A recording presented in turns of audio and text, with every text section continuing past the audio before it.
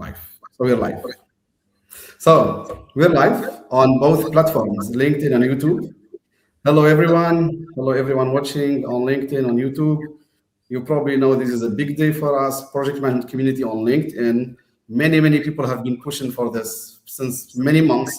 Let's have Pierre, let's have Lanka with us on the podcast. Thank you so much, really, Pierre and Lanka, for your flexibility, generosity with the community, and even the nice chat offline for the few minutes before the live. Everyone, I think, our audience, but definitely they will introduce themselves. You know me, guys. My name is Ahmed. So I run this podcast already for a few months, and today I'm really honored to have Pierre and Lanka. And it was really, guys, let me tell you something about the backstage. It was so easy and smooth. Lanka, tick, tick, tack. She managed it. She got it done. It's really amazing. Pierre, you have an amazing team. Thank you, really, guys. So, Pierre, really jumping straight to you. It was a really nice coincidence last night. You posted those figures, those numbers, what's been happening with PMI in the past 3 years. Now, let people know really who Pierre is and what did he achieve with the team in the past 3 or 4 years since he joined. So who I am, first of all, thank you, Ahmed, for having us at this podcast. We're really happy, especially with the Middle East, North Africa community, but also broader, because you're like a big star. Like I see you always on LinkedIn, very present, and that's really amazing. And actually, you didn't say that, but you speak Czech, which really like amazed me. I only know one non-Czech person who speaks Czech that is actually your former colleague, right? Yeah. From IBM in Czech Republic. Yeah, as always. So yeah, wonderful. I'm also like a very, how can I say, multicultural person. I was born and raised in France. I have a Vietnamese father. My mother is French. I worked and lived in Canada, in the UK, in Italy, then in the US. I've been living in the US for almost 15 years now. I'm a dual French and American citizen. And I always say I'm Asian by blood, European by culture, and American by choice. I started my career in consulting. I worked for a few years at Accenture. At the time, we called it Anderson Consulting, but it's Accenture. Did a lot of project management, of course, at the time. And then I moved on. I became a CFO in a nonprofit company, then for-profit. I became a CEO. I've been a CEO for, my first CEO job was in 1998, right? So I started very early, and I've been doing this ever since in various companies, different governance models, some of them listed companies, some of them private equity owned, some of them family owned and nonprofit now at PMI. Always in the knowledge economy, right? Almost. I mean, I did a little bit of real estate, a little bit of e-commerce as part of a portfolio of companies that I was running at one point, but for the most part, 99% or 95% around the knowledge economy.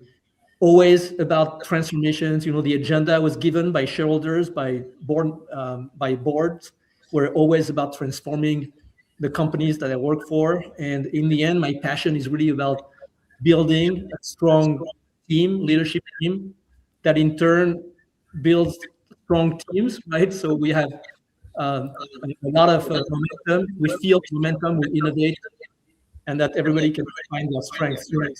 I don't know, I feel an echo here, so I don't know if it's on your side, it's on yours, or you, Lenka, I don't know. Maybe is it better? Yeah, it is better now, yes. Yeah. Okay. Yeah, so no, I'm saying this for your audience, right? I'm trying to get your podcast. No worries. I managed it. Yeah, wonderful. Yes, and then after all of that, at one point I joined PMI in September 2022. Initially, I spent a few months understanding the organization, the strength of the organization, and then came up with our new leadership team that I put together, and our board of directors, a new strategy, right, which included our purpose, or reframing of our purpose, this idea of maximizing project success, so going beyond project management, but really focusing on the outcome of project management, which is project success, to elevate our world, do it in a way that is ethical and benefits the world, society, businesses. And focusing also on our values and, very importantly, where to play. Where are the areas that PMI can where PMI can be better than anyone else, right? Because if you're not going to be better than the others, then why are you even going there, right? Someone else can do it. We don't have any need to go compete with people if we're not better than them. So we picked 3 areas, right? One of them, of course, building on what the past of PMI has been, is our gold standard certifications, but trying to make the professional certifications really at a higher standard than before. Then there is this idea of career-long learning and development. So there's learning here, but there's also a lot of idea about practicing, doing things like volunteering that help you develop your leadership skills. And then the last part, which is this whole idea around knowledge-based content, right? So basically content that is vetted by our profession, that we put in knowledge-based and basis and resources, right? Knowledge platforms like PMI Infinity, our AI platform being the epitome of that. But if you think about it, our events are also part of that, right? For instance. So we've had a tremendous response, huge growth since then. You mentioned the numbers that I published yesterday on LinkedIn. So the first 3 years that I think have been really positive, and really, again, the response from the community has been amazing.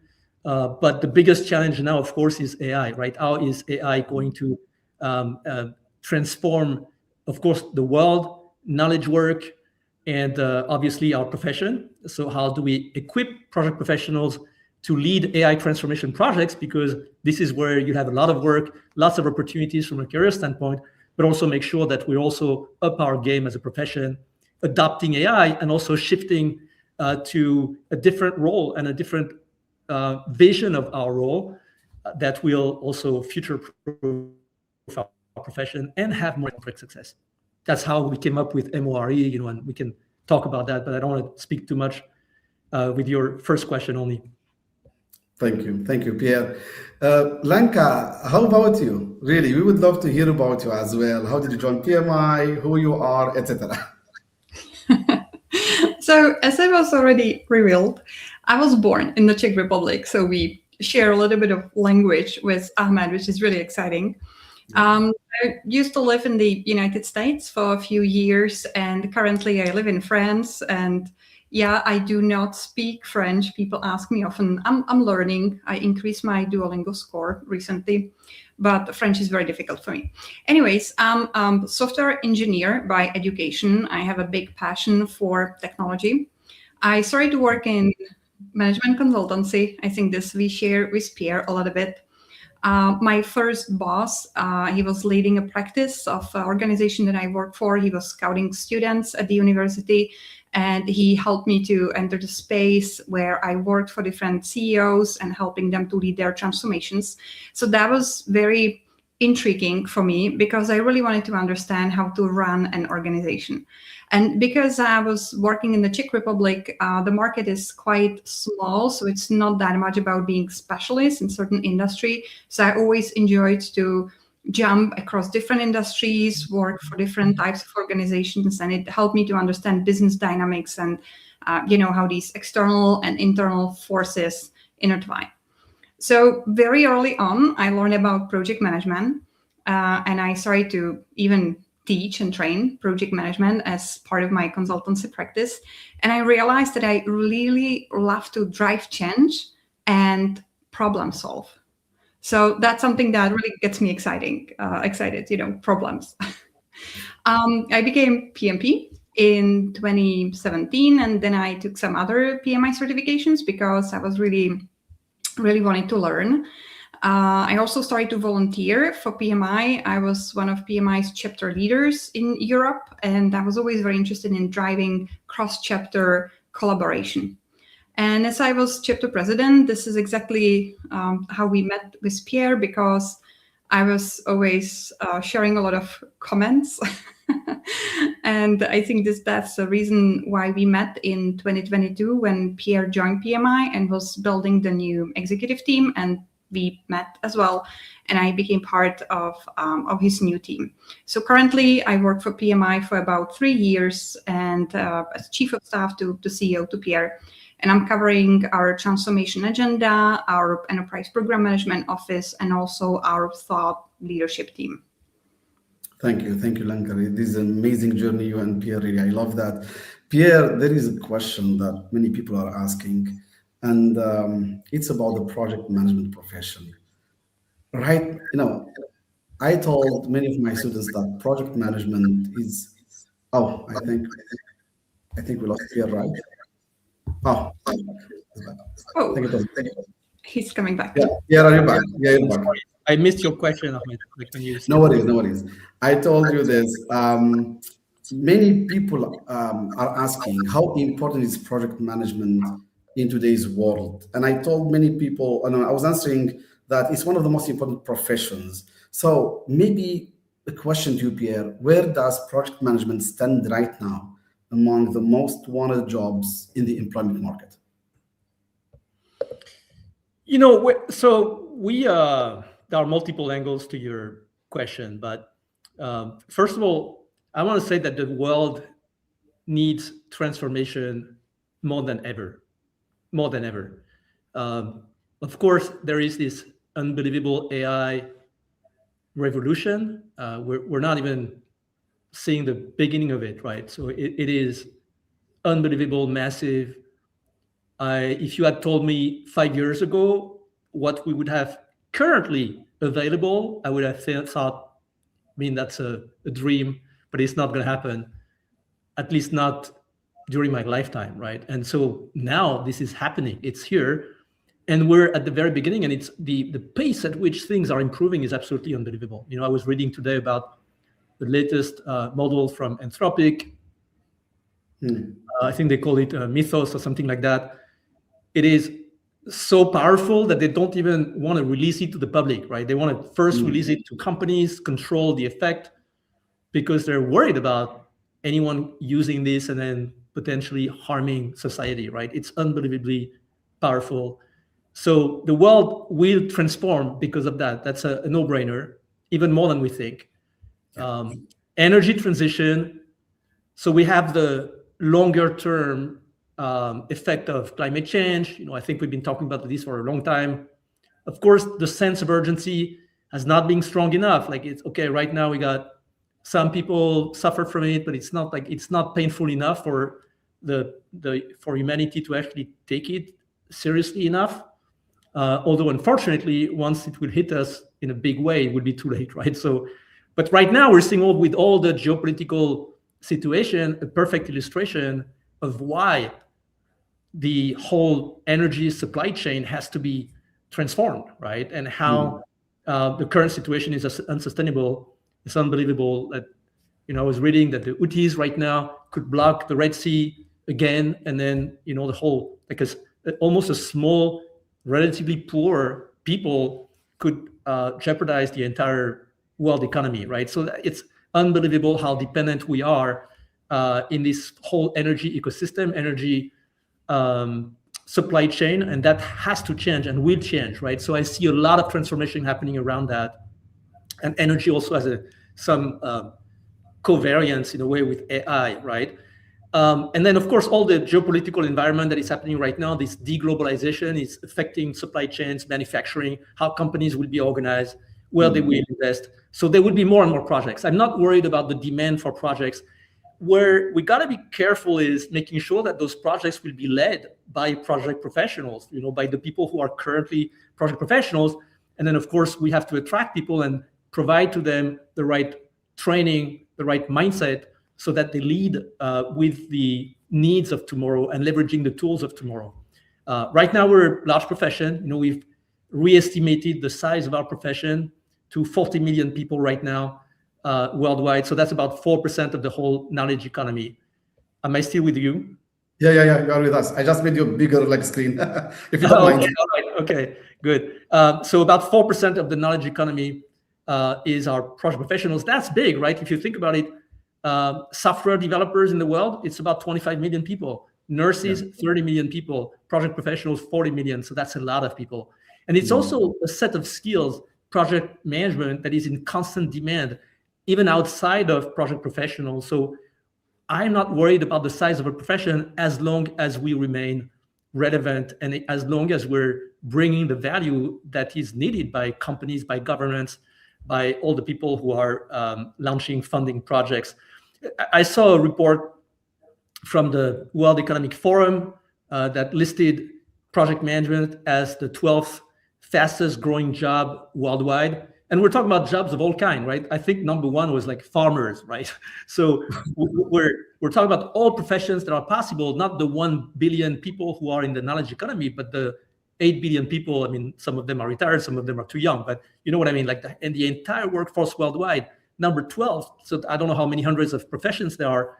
Project management number 12 in the fastest growing, right? So, and we've calculated ourselves that because there are so many experienced project professionals that are getting older and more senior and we retire, there is a gap that will be between 20 to 30 million by 2035 to meet the global demand, right? And of course, a lot of needs in emerging markets, in Asia Pacific, in Africa, in some sectors like construction, manufacturing, IT services, healthcare, right? And it's also like the project profession pays relatively well. I know everybody wants to make more, but in the US, median job salary for project professionals is about $120,000.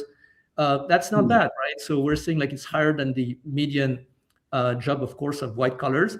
So this is going to happen, right? Now, the AI shift, right, is the big question mark for us. How do we leverage this? How can we become a trailblazing profession to anticipate, lead this AI transformation?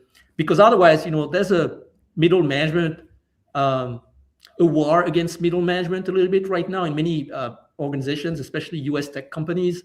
This idea that with AI, the C-suite can directly work with the people who do the work, right? And all this middle structure can be eliminated. And of course, for us, for our profession, this is potentially dangerous, and we need to make sure that we anticipate that, right? Projects will be there, but AI adoption is a must individually for each of you, but also as a profession. I see the profession evolving in managing trade-offs, systemic governance of decision-making processes, orchestration of AI agents plus humans. There are many things that we can think about in our broader vision for the profession that will protect us and also increase our impact. So we have to step up. Yeah, really. Thank you for sharing those numbers. And I have this question from many people who said that as individuals, they're so interested in project management, but the maturity level at their companies is not yet, up to the level that, would give them full power as project manager or employ them as a project manager or give them a contract as a project manager. So does PMI know what is the current, or what are the current challenges that organizations face worldwide in different regions, and how can they measure the maturity of their project management capability? Well, we came up with a model for that. Maybe Lenka, you want to talk about that, like a maturity model? Oh, well, sorry, yeah. Lenka, exactly. Sorry, I'm sorry. Yeah. We are working on organizational assessment and maturity model. That's a product in progress. But let me start a little bit more broadly to understand what is actually happening at organizations and what drives this complexity. So as Pierre was just talking about the need for transformation and AI and changing the way we do our work, including projects. So this is indeed impacting a lot of organizations. And we see that demonstrating in increasing complexity of change. We also see what we call perpetuity of transformation, which means that it's no more once and done, but organizations need to build that transformation muscle, change readiness as they are transforming themselves. And that requires project professionals to be strong at, across the full spectrum of what we call talent triangle, which means power skills, business acumen, and have a very strong foundation in ways of working, formerly known as technical skills. So these skills, how do you actually execute projects? So I also have a few numbers to share because we do research. We invest a lot in our thought leadership and research to understand what is impacting project management profession and what is the advice for project professionals to address these challenges. So for instance, when we did CEO research last year, we saw that 93% of them say that they must rethink or challenge assumptions about their operating or business approaches at least every 5 years. So if you picture it, if you think about your organizations and how your CEOs are spending time, they need to observe, they need to sense, they need to respond to what's going on. Then they have to make all these trade-offs and tough choices, and they basically need to continuously evolve their organizations, and that is driving that perpetuity of transformations that we are then addressing with projects. And we also see on our research that in the major force behind it is exactly AI and automation, essentially digital transformation and progress of technology. And then the challenges that organizations are facing is then how do you put it all together? It's not only strategy execution gap, but it's also how do you work with your teams? How are you able to upgrade talent in your teams continuously so that your teams are able to operate in this new reality and evolve as your environment is evolving? And then this is then reflected in increasing project complexity. This is something that we also researched very recently. We actually talked about it at PM Expo. And we see that 97% of project professionals say that they face more complexity in their projects. 37% say that significant increase. And it's not a coincidence, if you were listening to what Pierre just said, that there are industries that are facing more demand for transformation. And we also see that they face more of this project complexity, especially healthcare, financial industries, energy industry, telecommunications. Our reports are saying that around 60% of these projects are more complex.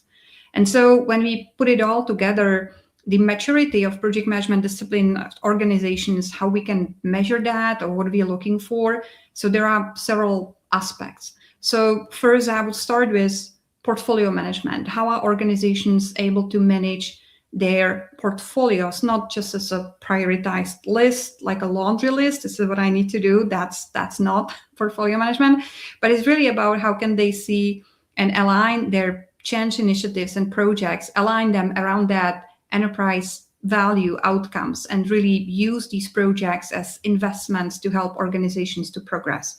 And so that one of the aspects of that maturity is then how well are you able to set portfolio management and manage that. Another area where we look for maturity is in building that transformation muscle, that change readiness muscle, essentially building that capability where you can adapt execution as your conditions are changing. Another area of maturity is that how do you balance empowerment with maturity of your teams? You know, how can you manage that? Because we know that if we want to be faster, we need to be able to delegate decisions into teams. But that doesn't mean just telling teams like, hey, now you decide. It's a balancing act of empowerment and increasing business acumen, ability to make good decisions. Another area of maturity in organizations when it comes to support of project management function is being able to share transparently progress of all these change initiatives. That's not only helpful for, having understanding of what's going on, but also indeed to make better decisions. Because in order to make good decisions, you need to have good information available. So overall, what I wanted to say that when we look at this increased complexity, that need for perpetual transformations and all of that, that maturity that we can look at organizations is not only about the ability to deliver what's in your plan, what's in your portfolio, but really about strengthening that change readiness and enterprise agility, essentially. Thank you. Appreciate that. Pierre, you mentioned earlier AI. And already since a couple of years, many rumors, are floating around that AI will replace this role. AI will take over the job of, the trainer, the project manager, the expert, etc. How true is that? What's the future of project management in a currently AI-dominated era? Hamid, let me first say something. The role of project professionals in an AI era is what we will do about it, right? It's what we will do about it. It's not about what CEOs will decide that project professionals will do, because they don't care. That's not their problem. They're looking at their job, their companies, their strategy, their investments, how they get the best return on the resources that they engage, right? What we will do about our profession in this era of AI can be fantastic, or we can miss the boat and then disappear, right? We won't fully disappear, but we can shrink, right? We can shrink. We can be relegated to basic tasks, or we can see this as an incredible opportunity to change, to finally see projects as an investment that has to pay off relative to how much is spent in terms of money, in terms of time, and in terms of cost of opportunity, because if you do something and not something else, that is a cost in itself, right? So what we will do about that matters. We have agency, and we should show agency. By the way, agency should be a mindset for our profession, because in the world of AI, we will have to decide, all of us, what is our role. It's going to be as big as that. Maybe a lot of people will decide that their role is just to take some universal income and live a decent life, but if we want to impact the world, if we want to matter, right, when a lot of things will be automated, then agency will be one of the most important things and trace of characters that we have to show, right? So please don't wait for things to happen to you, like having a seat at the C-suite table, right? This is not something that's going to happen unless we go and get it, right? So of course, PMI is here to help, support, guide, and I'll do personally everything I can for this profession to thrive in this AI world. But we'll have to change, right? And if you look at, for instance, there was a report from LinkedIn about the skills that are on the rise for project and program management. Number one was AI literacy. Yeah. Yes, because whatever we want to do in the future, if we don't even understand AI, then it's going to be very difficult. And I'm not talking about using ChatGPT only. We have to pass that, right? AI now is agentic AI. Even me, I use AI to do stuff, not just to talk or to change an email or to, improve my Spanish or whatever. I use it to do stuff. Like I use AI every single day saying, okay, extract from my emails of the last 15 days the stuff that I haven't followed up on, right? And then automatically send emails, like basic things like that. And that's what we need to do, all of us. Otherwise, we'll be completely irrelevant. And then if you look at the list of skills that are on the rise, I think it's quite interesting. After AI literacy, standards compliance, vendor coordination, stakeholder communication, right? So all the things that, in fact, show a picture where you evolve from task management to really purely or mostly this orchestration of transformation, right? With AI literacy as a must. How do you allocate? So the frontiers between disciplines will be a little like blurred between project and portfolio management. Allocation of resources is going to be so important. The ability to align stakeholders. You take a mandate, but then you change the mandate, or you convince people to change the mandate if that mandate doesn't make any sense. Right? So to do that, we have to expand our perspective. That's why we insisted on MORE, and the last letter is E, expand perspective, including on the boundaries of the role of project professionals, right? And what they are accountable for. And when I've been talking about MORE and moving from project management success to project success, I've faced resistance. And I understand that, right? People say it's dangerous. Now we are going to be responsible for stuff we don't control. Yeah. But go say this to a CEO. Go say this to a CEO. What? I'm going to be responsible for something I don't control? What do you think a CEO does every single day? They are responsible, accountable for things that they don't fully control. They don't fully control the environment. They don't fully control a lot of things, right? And still you're accountable because you have this in your mind, you have this in your blood, you behave and think as a leader.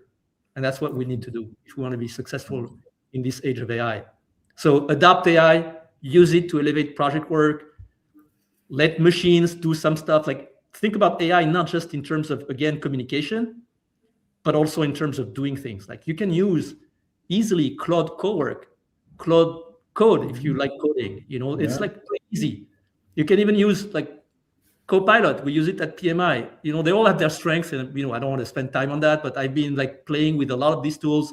I use certain things. I use OpenAI for certain things, Claude for other things, Gemini for a third thing, and then Copilot for other things as well.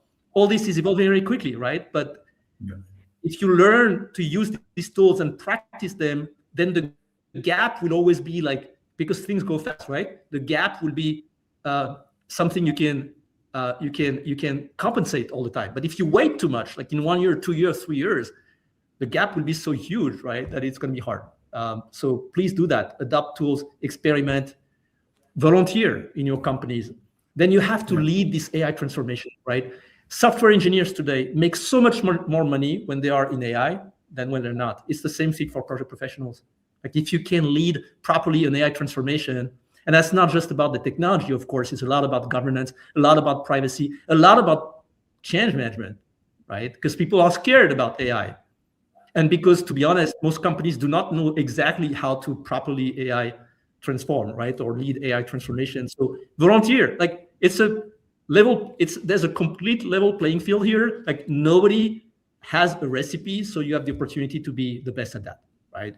So across companies, governments, AI programs are becoming some of the largest transformation initiatives of this decade, right?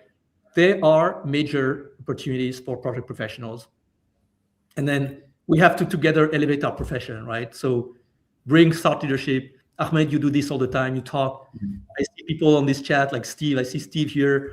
Like all of you communicate your ideas. Like keep going, keep doing this. Like the more we think, the more we come up with ideas, the more we buzz, and we don't have to always agree on everything. The more lively we will be as a profession, the more we'd be able to elevate ourselves, and the more we would be among the winners of this AI transformation. And we have a lot of resources at PMI. Many of them are free, especially if you're a member. We have certifications, we have CPMAI, we have PMI Infinity, we have our research, our thought leadership, our learning, more coming. So please join us if you are not already a member, but if you are, like, try to leverage all these capabilities that are available to you. Exactly. Thank you so much. Really appreciate this really complete answer. Amazing, Pierre. Lenka, if we touch on other areas. Now, you're a former PMI volunteer. You mentioned that already, in your introduction. You're a project practitioner yourself as well, okay? You managed projects. And now you're one of PMI's executives, okay? You're on the board. So how do you see the ability of PMI to respond to the current challenges and evolution of the project profession? You're on mute. Sorry, I need to unmute you. Sorry, you're on mute. Unmute yourself, please. Oops, sorry for that.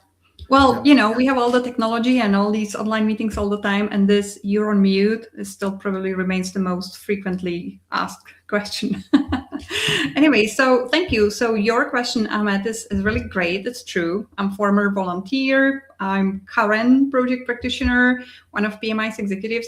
And so if you ask me about the ability of PMI to respond to what is happening, I have to say that, frankly, I am super proud of PMI, and also super proud to be part of PMI, because it's really amazing that everything that we research and then we talk about, that we can also take it and bring to our teams and experiment and test these concepts ourselves.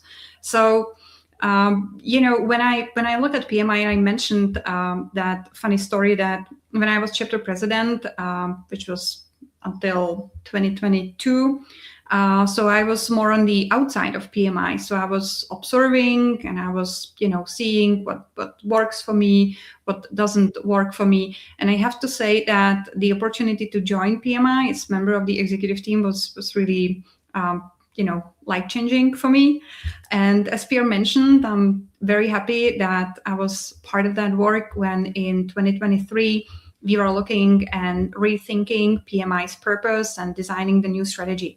And that new strategy, PMI Next, which is literally centered around our purpose, we maximize project success to elevate our world. That strategy is for us, for teams, it's a game plan. And we follow it ever since. And we are going to follow that moving forward. And with this game plan, It helped us to redesign and strengthen our own ability to deliver on that strategy. So the changes or the capabilities that we built in PMI, we strengthened the way we work with our own enterprise project portfolio. We built new transformation management office. I believe we launched it in the beginning of 2024.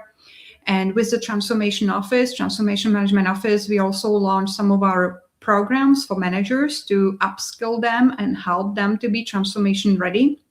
So our TMO team, they are running something that they call Transformation Forum and Transformation Ready Labs, which are essentially meetups for managers to inform them how to drive change, how to lead change, what matters in change, how to work with their teams to walk them through that transformation. We also launched multiple communities of practice. So these are voluntarily meetups for people that share the profession. So we have communities of practice for project professionals at PMI, for business analysts, solution architects, scrum masters, agile coaches, business owners, and change managers, and also for AI, because AI matters to PMI a lot, not only, as Pierre just talked about it, when it comes to supporting the professionals out there and driving the AI transformation of the profession. But of course, AI matters to us also internally a lot. So we have this community of practice that help our team leaders and managers, directors, employees to upskill in AI and learn how to use all these tools. So that's a lot about our ability to transform and grow and address all the needs from the community that we see. And then the other team that I work with very closely, which I believe is also helping with that a lot, is our thought leadership team, because that's a team that is doing the research of the profession and kind of like playing a little bit with, it's a magic ball, understanding what's going to happen, what's needed, what are the trends. And then we use this research not only to develop resources for the community, but also to work with other teams at PMI, with learning, with products, so that everything that we learn about the profession and the future needs and skills that are needed for professionals, that we can make it part of other resources, such as e-learning courses, or use it when we are upgrading our certifications and all the other things that are there for professionals to upskill themselves. So overall, I have to say, I feel very confident that we are on the right path, and I feel good about what we do at PMI, and I believe that we can support the needs of project professionals out there. Yeah, thank you so much for this. I think I have a couple of questions, Pierre, that I think many people are waiting for these questions. It's about the certifications. Okay, PMI, global leader, number one, to be honest. Everyone, wants to have at least a certification from PMI. PMP is the golden standard so far for project management. So I would like to ask you to give us sort of a rundown on the evolution of the different PMI different certifications that PMI offers. And I would start with PMP. Okay, 1.6 million plus, okay, of people holding the certification worldwide. What is PMI's plan to keep the PMP certification as the gold standard for the project management industry, regardless of the number of holders? So first of all, we want all our professional certifications to be the gold standard, right? So anything that PMI does as a professional certification has to abide by our definition of gold standard. Mm-hmm. And I mentioned that as part of our strategy, PMI Next, we define 3 areas where we feel we can deliver something that is better than anyone else, right? And you're right, one of them is our gold standard professional certifications, as long as we keep them up to a very high standard, right? So we came up with this definition of what is a gold standard professional certification, and now we're moving every single professional certification of PMI to that gold standard. It also means that some of what we used to call certification are not professional certifications anymore in the PMI language. They are certificate of completion of a course, for instance, but they're not professional certifications. And we did this in particular because we see this proliferation of online courses, of little micro credentials, whatever you want to call them, and a massive confusion with what is a professional certification. So we wanted to stay away from that. Having your PMP has nothing to do with completing a course on LinkedIn or on Udemy or whatever, right? It has nothing to do with this. It is the recognition of competencies, and we are, as PMI, the owner, if you want, or the central bank of this currency, right? So we want to make sure that there is trust in the system. We're brokers of trust between employers, governments, all the people, from companies working for them, or from the people who run their projects, right? PMP or other certifications we have. So this is, where we decided that any professional certification at PMI has to be backed by a standard, or at least a guide that will become a standard, that we have all languages available at the same time, that we have a proper ecosystem of preparation, that we have a proper collaboration with our ATPs, our approved training partners, or accredited training partners, to make sure that the content of training and preparation matches the kind of skills that we want to evaluate. So we've been evolving that. You're seeing the next version of PMP. It is also reflective of the shift we are making, right? From task management to more strategic, more business orientation, more thinking like, I am in charge of money that is being, or resources that have been invested. How do I get the maximum return on that investment, right? So we're seeing that shift. The new PMP that is being launched in July, and we announced it 2 days ago. I announced it on LinkedIn actually 2 days ago. We'll have 10 languages on day one, a full learning ecosystem. We're closing the ATP network to avoid the proliferation of trainers who are not controlled in terms of quality. So we're doing a lot of work here to improve and make sure that PMP will continue being successful. By the way, the growth of our PMP certification is like double digit every year still now. So all the people who say that certifications are dead, I don't know where they're getting this from. Definitely not from PMI. It all depends on how you do it. If you invest, if you make sure that it stays relevant, quality, price, of course, but then, this is a currency that everybody believes in, right?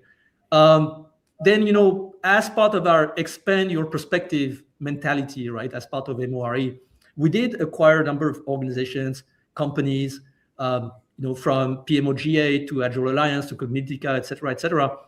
We made that joint venture with GPM, and we came up with more professional certifications that are more specialized, right? So we have CPMAI in the world of AI, actually the fastest growing professional certification of PMI right now. We have GPMB, our certification in the sustainability world. We have PMOCP, right, which is the PMOGA one that we upgraded to the PMI gold standards. And then gradually we will work on updating and upgrading other certifications that we have retained as being part of our professional certifications portfolio. We just did it with ACP. In the Agile world, we will have a new version, by the way, soon, that includes the whole concept of enterprise agility, which we believe is so important, and I can talk about that later. We have a new CAPM coming soon. And of course, because we are, in a way, responsible for making sure that the certifications that we provide meet the needs of employers going forward, we have also announced this whole concept of an advanced certification, right? We already had PGMP, PFMP in a more traditional way, but we need to recognize the need for organizations to deploy project professionals who operate in very highly complex environments. And there's a clear demand from organizations. In fact, you see a lot of companies developing their own programs to train and certify project professionals who can manage more complex projects. It's not always about money, could be about complexity, could be anything that requires a lot of proven experience. So we've been working with the members of our Global Executive Council. This is about 100 companies worldwide and governments, large companies, large governments in multiple sectors. We've been working with them to explore, to pilot a way to put this on the market, right? So we will probably this year, I can't really confirm yet because we're still working on pilots and discussions and how this is going to work, but we'll have a more advanced certification for professionals who have demonstrated their ability to manage complex projects. So stay tuned. Yeah, actually, that was my second question, Pierre. Really, actually, I really wanted to ask this because on the Phoenix Summit, you announced that PMI is working on something more advanced. So that sparked the whole community, and they have questions. Isn't that like sort of a PGMP? No. PFMP? No. Is it like master PMP? What is it like? So people are so curious, and really they want to know, is that going to be industry specific, something more advanced than PMP? What about the prerequisites? Any single detail you can probably share with the community. We're still working on this. It's really about the ability to manage complex projects, and we know that companies have that need. Many of them that I know have put in place internal programs. The problem is they have internal programs, but that they don't transfer from one company to another, right? So we're trying to align these 100 governments and large companies on how to measure proper ability to manage complex projects and do it in a way that is, of course, carrying the stamp and the guarantee from PMI. So it's a whole complex ecosystem that we're trying to align right now. We're piloting, with a number of partner companies. We've already had we have an exam right now, so people are taking the exam. Once we'll be ready, we'll make all the announcements. Yes, PMP will be a requirement. You'll have to have your PMP to access this advanced certification. Wow, interesting. Thank you so much for the exclusivity. I really enjoy that. If I may, ask Lenka, agility. We've been hearing this for the past 2 decades. Honestly, since 2011 in particular, it's been like everywhere. And now it's part of our, what we teach, how we do the job, how we manage projects. But now it's more than we're talking about enterprise agility. So what is it? What is enterprise agility, and why is PMI focusing on this lately? So that's a great question, and I think also a great segue based on everything that we already talked about. So we mentioned with everything, with all these changes, with AI, with the need to upskill. So we see that organizations, they have their own need to build that transformation muscle, as I call it, to build that change readiness. But that's one of the reasons why we talk about enterprise agility as strategic capability for organizations. But there's another reason why we decided to take the lead on enterprise agility and work on that manifesto for enterprise agility. I hope you noticed we published it on March 3rd, and it's on our website. So there was a need to re-energize the whole agile movement by expanding the discussion about agility beyond software development area. So, I mentioned at the very beginning that I am software engineer by education myself. And so when I was studying, which is, a little bit over 25 years ago, we already learned about agile practices during learning how to develop software. And then later, I was leading agile transformations in the financial industry. So I saw firsthand that it's sometimes difficult to take agile principles, which are great, and I fully stand behind them, to take these principles and move them outside of software development and outside of digital product teams. And, one of the reasons why is that happening, I believe, is that even when you look at the document that people typically call Agile Manifesto, is that the document, in fact, is called Manifesto for Agile Software Development because it was designed for agile software practices.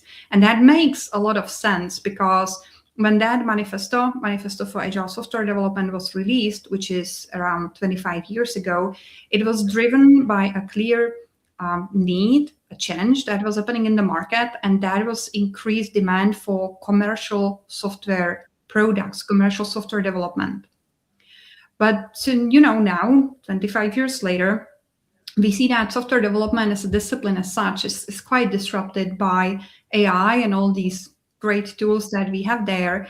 So when we had the opportunity to welcome Agile Alliance into PMI family, and we started to look again a little bit deeper in the whole Agile world and everything that is happening, all these disruption, we realized that we need to expand the vision of of agility beyond that software development and move into enterprise agility. And that's also the reason why we started to work on that manifesto that I mentioned, Manifesto for Enterprise Agility. But we consider enterprise agility as a discipline for CEOs. So that's why when we were leading the work on creation of the manifesto, we co-created a lot with C-suite, CEOs. And we also work with senior practitioners to have a balanced view, but CEOs and their inputs, that was very important for the overall result. So based on what is published, the way we define enterprise agility is the capacity to adapt at scale without losing coherence, to decide quickly, redirect resources deliberately, and keep strategy actionable under real-world pressure. And this moment, like having that ability to adapt without losing strategic focus, that really what defines enterprise agility. But we released a document, we are talking about it, we are doing sessions for chapters, sessions for community, but I would say this is just the beginning of the whole work, because we need to bring the concept of enterprise agility to practitioners. We need to help them connect their work with principles of enterprise agility so that they can support organizations. And we are actually already working on that. We call it closing the gap. So as PMI, together with Agile Alliance, we will be releasing new resources. And let me just say that I'm very happy for this opportunity that we had and that we took to create this manifest of enterprise agility, because I really believe in importance and criticality for PMI and Agile Alliance to facilitate that sort of global dialogue between C-suite, CEOs, and practitioners to help us be on the same page. Because after all, we all work for organizations. We want these organizations to be successful, to be able to deliver impact to their customers, to communities, to societies. And for that, we need to understand what is our situation and how can we work together as one team across the enterprise. Yeah, thank you. I know that Pierre was, as a CEO of PMI, I think Pierre is one of the co-authors of the manifesto. So from the release that took place a few weeks ago, Pierre, what are your key takeaways from that? And what would you say a little more about this enterprise agility yourself? Yeah, I was not an author as the CEO of PMI. In fact, it's more as a professional CEO, right? Right.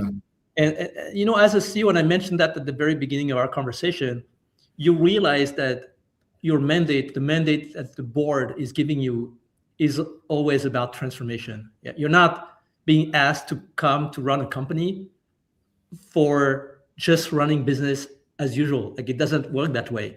You're called in because there is something to transform, right? Either because the company is losing steam, or because everybody feels that the environment is transforming and the company is not changing fast enough, right? That kind of things. And anyway, you're looking for more growth, unlock opportunities to create more value. So that's what your mandate is about, transformation, assuming that you can always find people to run the day-to-day effectively. It's not always as easy as that, but you know what I mean.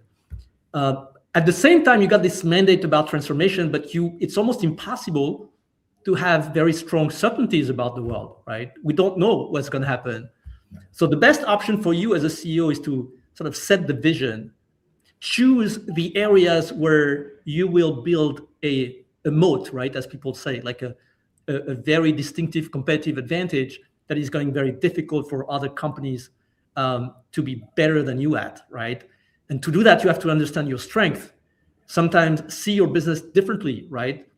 For instance, in our case at PMI, we were like a certification machine, right? So I've been really trying to refocus the entire organization from being a certification machine to being a community-centered organization. Once you understand that your strength is your community, and now you see our volunteers going up, like how many volunteers do we have? Like more than 18,000 last year, right? Once you see this community as the most important competitive advantage, if we speak in terms of competitive landscape, the one thing that you do better than anyone else, then you can start of thinking about all the rest, including how do you define the gold standard certification, for instance, right? So if you understand your strength, you create a system that maximizes the energy, the innovation, the momentum, but without too much rigidity, right?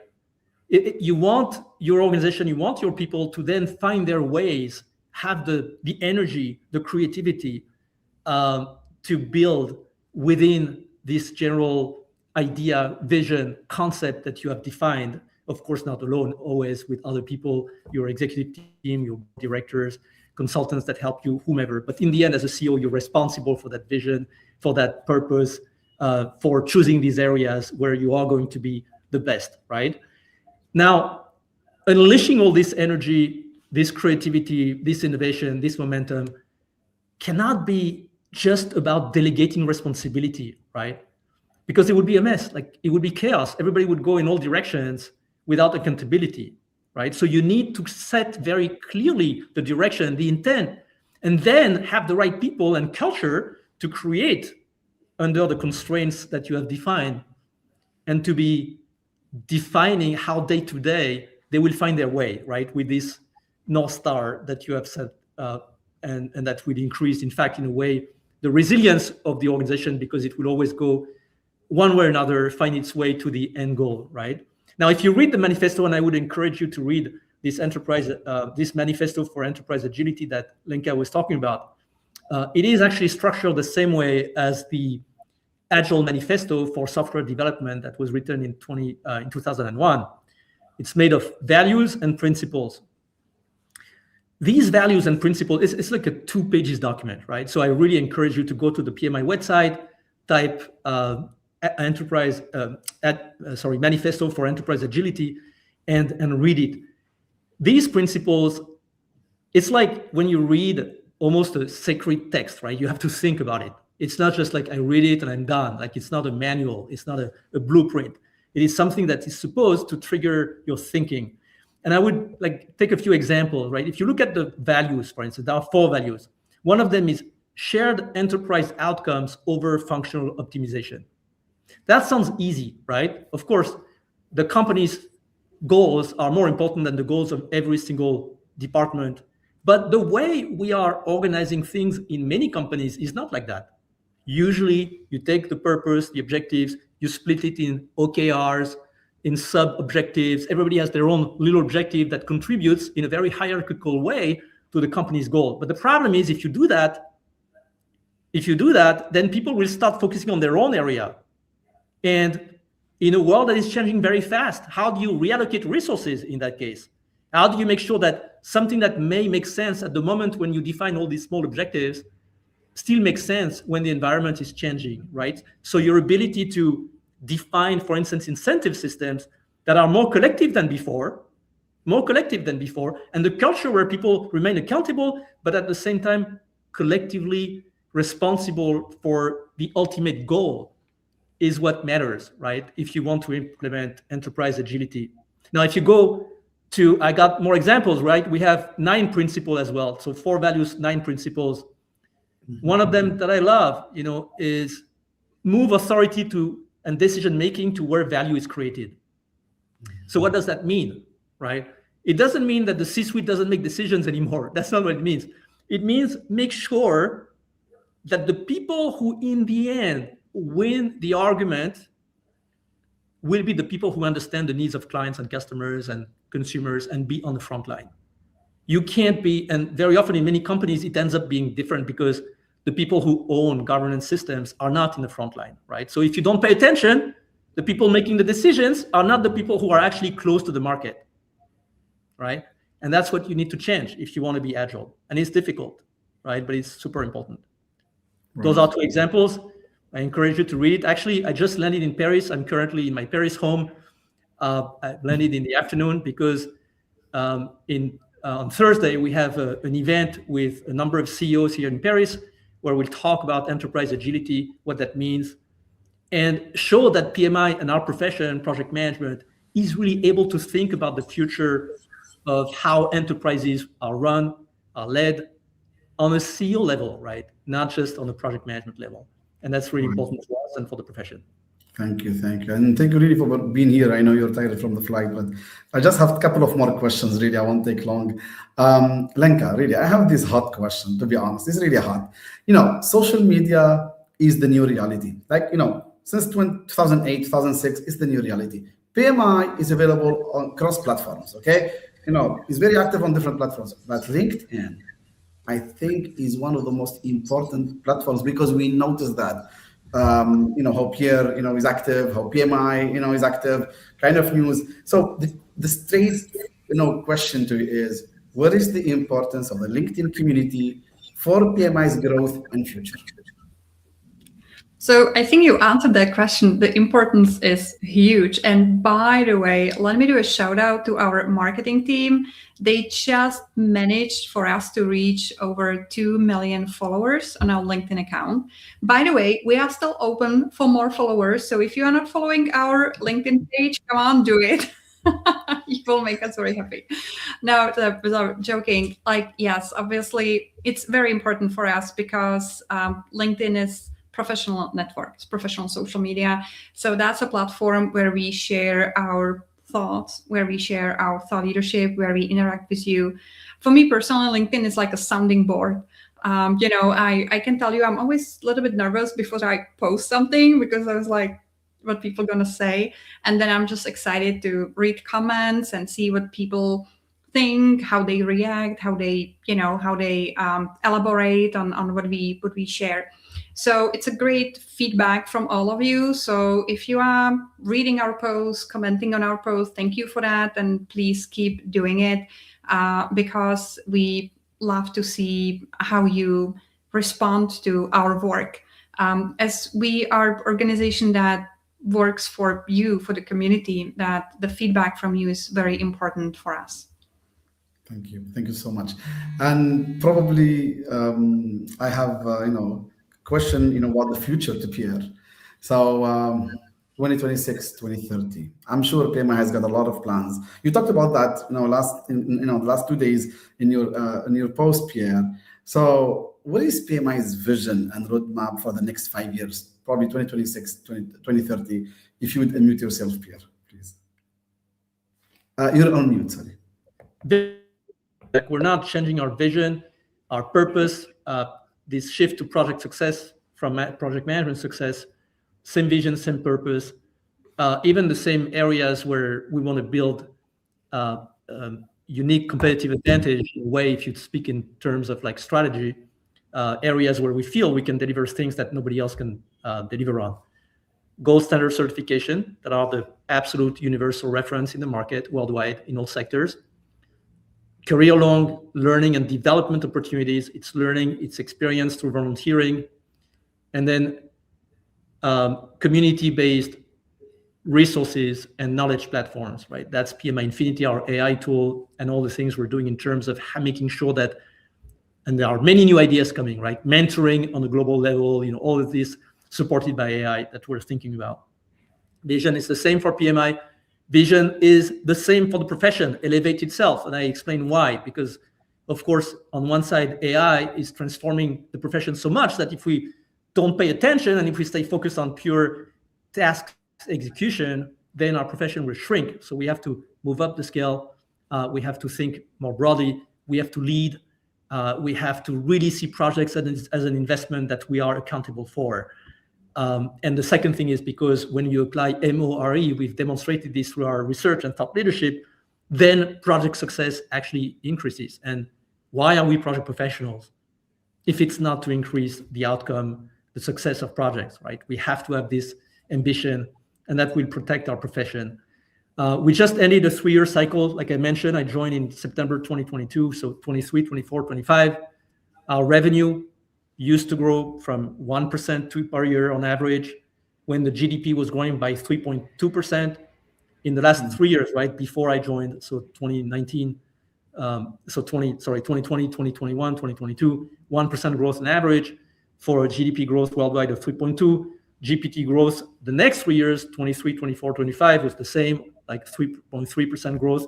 We grew by 8%, right? So we multiplied our growth rate by 8%, by 8.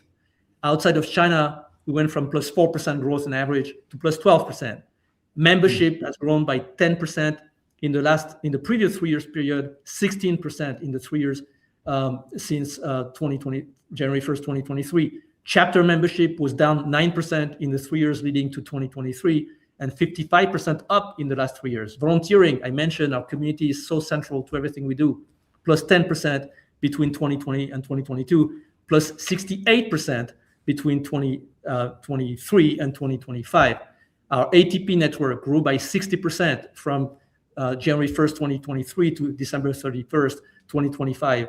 And our financial reserves are actually increased as well quite significantly when they were flat before, which means we have the resources we need to lead this profession into this AI transformation. So our strategy is not changing. Our purpose stays. We keep investing our resources to maximize project success and to drive impact through projects, right? So MORE, I just announced today, we have a big roadmap of learning courses, complement to PMI Infinity that will become more strategic in the way you operate. We have our content and innovation platform, the specialized areas that I mentioned before, AI, sustainability, social impact, giga projects, PMO, product management, change management. We have something that we will announce pretty soon. So we got these areas to expand your perspective, expand your ability to manage projects that are more complex in a more volatile environment. Of course, monitoring the impact of AI will bring a lot of knowledge of that space, making sure that we understand how AI is being used, the best cases, making sure you have access to these best cases through our courses, through other ways. We know we're ambitioning, revolutionizing the way learning works with AI. So we hope that we can, with AI, make you even more proficient in AI. We do realize the importance of very strong partnerships with corporations and governments.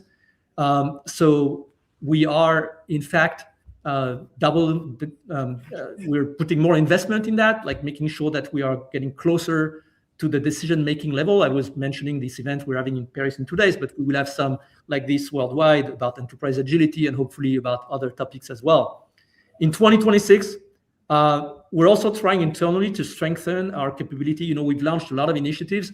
We're not different than any other companies. At one point, if you go too fast in terms of transformation, you risk not completing what you've started. So we have an internal initiative called Reset, that is resolve, eliminate, select only what is critical, expand, and think about the future. So we're trying not to add more initiatives that use a lot of resources this year and spend more time improving what we've already done, expanding it, fixing some of the issues that we've never taken the time to fix, and then spend time to really think about the future. We're launching a work right now, a new roadmap for AI at PMI. You know, we've done very well, but everything, if you don't pay attention at one point, you lose steam, you lose relevance. So we also have that in mind. And this year we have a lot of things that are happening. You know, the launch of the new PMP that I mentioned, this publication of the standard for AI in portfolio program and project management that was launched 2 or 3 weeks ago.